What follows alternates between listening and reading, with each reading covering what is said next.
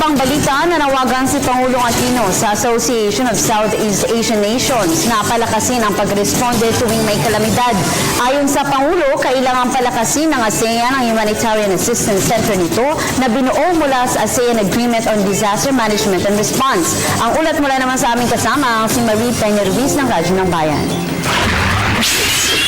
Sinabi ni Pangulong Benigno Aquino III na kailangang lumikha ang Association of Southeast Asian Nations ng mga institusyon para makatugon agad sa kalamidad. Sa kanya sa Leaders Retreat Summit silang Kawi, Malaysia, sinabi ng Pangulo na dapat palakasin ng ASEAN ang ASEAN Humanitarian Assistance Center. ASEAN member countries sa Pilipinas, Thailand at Indonesia ay napitin sa natural na kalamidad tulad ng lindol, tsunami at bagyo. Ayon sa Pangulo, handa naman ang Pilipinas na i-share ang karanasan nito sa disaster risk reduction and management.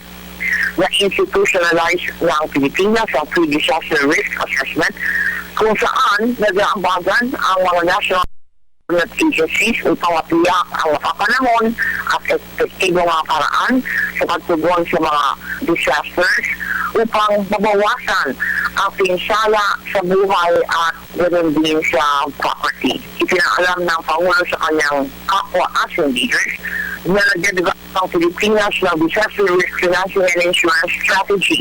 Sa pamagitan ng mekanismo ito, malalaman agad ng gobyerno ang financial requirements ng local government units at small and medium enterprises na apektado ng natural disaster. Sa pamagitan ng pasilidad ng PLDT, Marie Peña Ruiz, Bayan Patrol 10 para sa Pilas, Radyo ng Bayan.